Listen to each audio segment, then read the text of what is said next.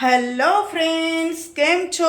સ્વાગત છે તમારું આજના વ્લોગ્સમાં. તો અત્યારે સાંજના 6:30 થઈ ગયા છે અને હું છે ને રસોઈની તૈયારી કરી રહી છું. અને આજે હું રસોઈમાં શું બનાવવાની છું, ચાલો આજે આખો વ્લોગ જોજો.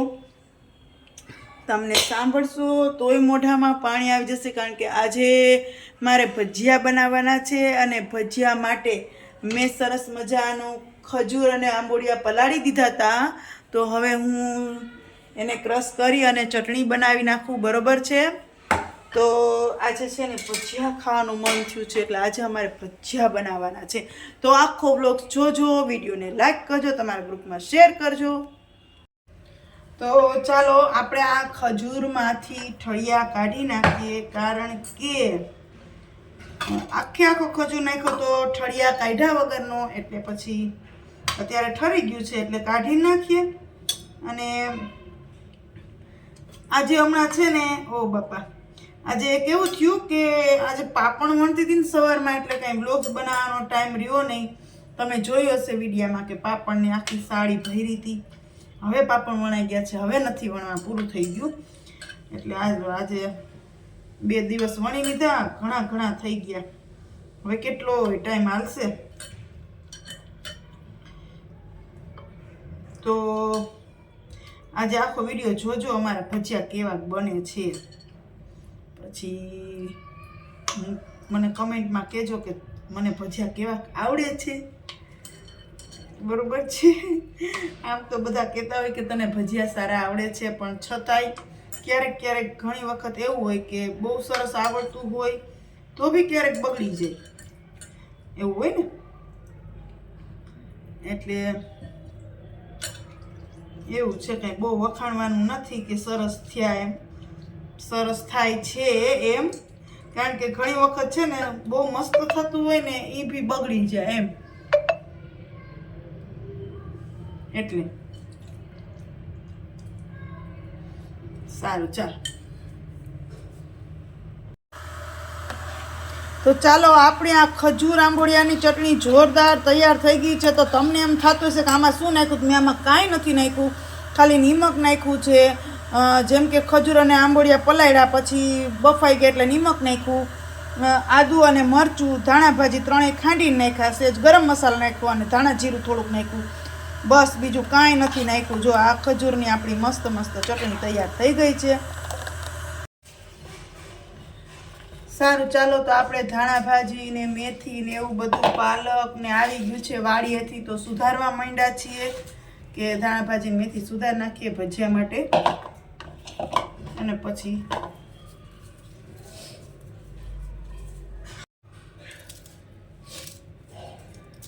અત્યારે શિયાળામાં વધારે પડતું આપણને જો કંઈ વસ્તુ ભાવતી હોય તો એ એકદમ સરસ જાજી બધી મેથી અને ધાણા ભાજી નાખી અને ભજીયા, રાઈટ?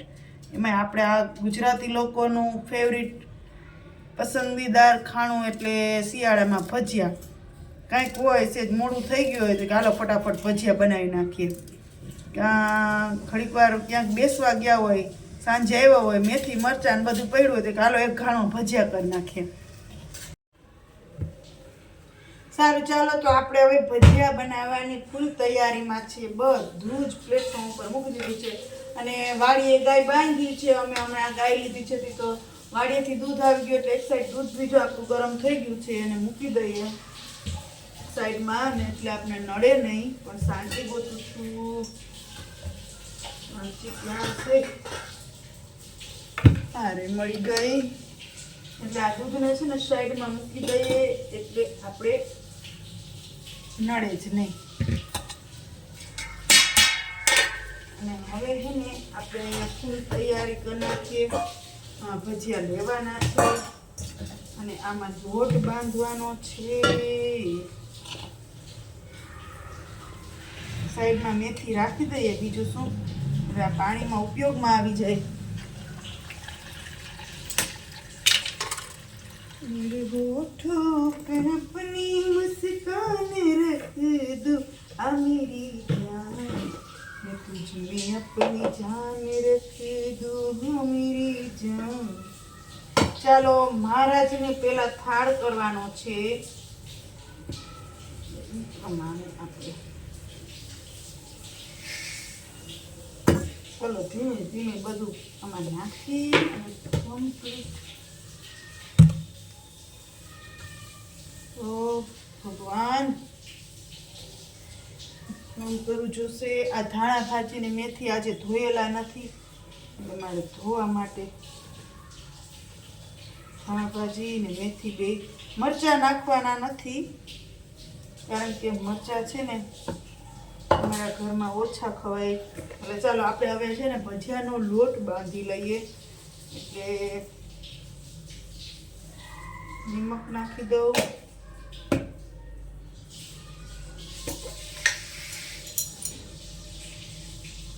ભજીયાના સોડા નાખી દઉં, થોડુંક લીંબુ નાખી દઉં. આ લીંબુનું પાણી છે ને સ્ટોરેજ કરેલું હોય એટલે જો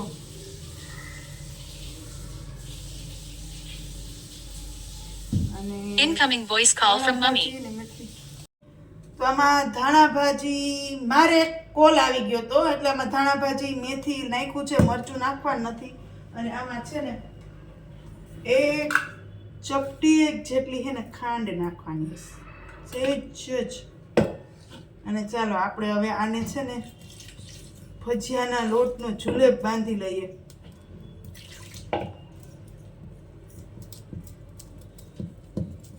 શિયાળામાં ભજીયા ખાવાની કંઈક મજા જ ઓર હોય છે નહીં?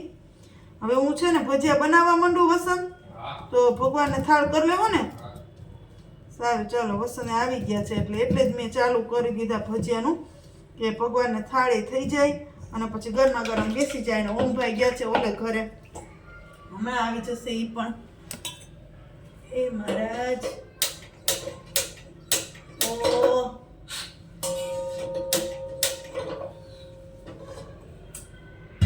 આ જો ને ક્યારેક ક્યારેક ગેસ.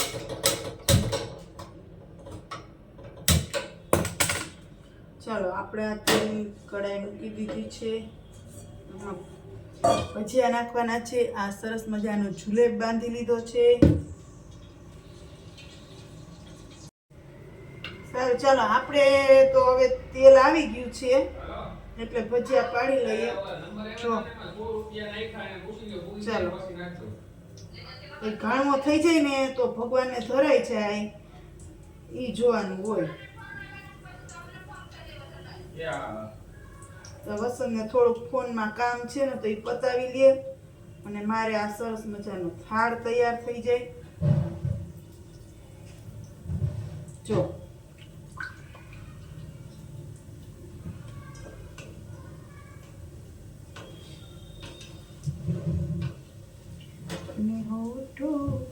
હે મારા, ચાલો હમણાં તમારા માટે મસ્ત મસ્ત ભગવાન ભજીયા અને ખજૂરની ચટણી ને સરસ મજાની છાશ તૈયાર કરી છે. તમે જમી લ્યો મહારાજ, ને પછી તમે જમી લ્યો, પછી અમે જમી લઈએ.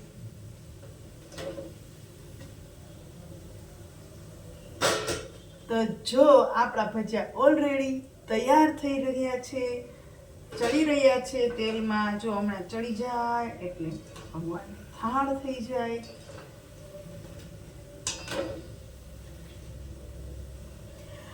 આમ તો ભજીયા જોઈને મોઢામાં પાણી આવી જતા છે તમને લોકોને કે આ હા હા કાશ કે ભજીયાની ડીશ અમારી પાસે હોત તો જામો પડી જાત નહીં? કારણ કે ભજીયા વસ્તુ જેવી છે અને આપણે અહીંયા સોરઠમાં ગુજરાતી લોકોને વાલા હોય તો ભજીયા અને ગાંઠિયા, એટલે અમે ગાંઠિયા બી ઘણી વખત બનાવતા હોઈએ અને ભજીયા પણ બનાવીએ. એટલે આપણા ભજીયા ઓલરેડી મસ્ત મસ્ત પાકી ગયા છે અને અવાજ આવવા માંડ્યો છે. જો આને આમ થઈને અવાજ આવવા માંડે એટલે સમજી જવાનું કે ભજીયું સરસ મજાનું ચડી ગયું છે. ચાલો તો હવે આપણે છે ને ભગવાનને થાળ કરવા માટે ઓલરેડી ડીશ તૈયાર જ છે. જોવો સરસ મજાની છાશ, ચટણી અને ભજીયા. બાકી શું હોય, ભગવાનને આટલું તો બહુ થઈ ગયું. તો ચાલો બધા તમે પણ ભજીયા ખાવા માટે. અમારે જો વસંત પણ બેસવાની તૈયારીમાં છે. જો હવે તો ભગવાનને થાળ કરી દો. ઓલાને ફોન કરી ન્યા હા સારું ચાલો તો અમારે જો આ ભજીયાનો એક પછી એક ઘાણો ઉતરી રહ્યો છે અને આ લોકો જમવા પણ બેસી ગયા છે જોવો વસંતને ઓમ જમવા પણ બેસી ગયા છે એ લોકો માટે ડુંગળી છે આપણે માથે નથી કડક કરજે 4400 સારું ચાલો તો ઓમ અને વસંત જો જમી રહ્યા છે ને થોડુંક ઓમભાઈને કંઈક જરૂરી કામ આવી ગયું મોબાઈલનું એટલે એ જમતા જમતા વળી મોબાઈલમાં કોકને પેમેન્ટ કરે છે અને હું અહીંયા ભજીયા પાડું છું અને પછી હું ભજીયા બનાવીને છેલ્લે હું બેસી જઈશ તો તમે મને કહેજો કે આજે મારા આ ભજીયા મસ્ત મસ્ત કેવા બન્યા છે કમેન્ટ જરૂરથી કરજો એટલે મને ખુશી થાય અને હું પણ જો હવે એક બે ખાણા બનાવી અને જમવા બેસી જાઉં તો સારું ચાલો અહીંયા મારો વ્લોગ હું પૂરો કરું છું ફરી મળીએ એક નવા વ્લોગ સાથે એક નવી વાત સાથે ત્યાં સુધી બધાને ભાવથી જય સ્વામિનારાયણ જય શ્રી કૃષ્ણ રામ રામ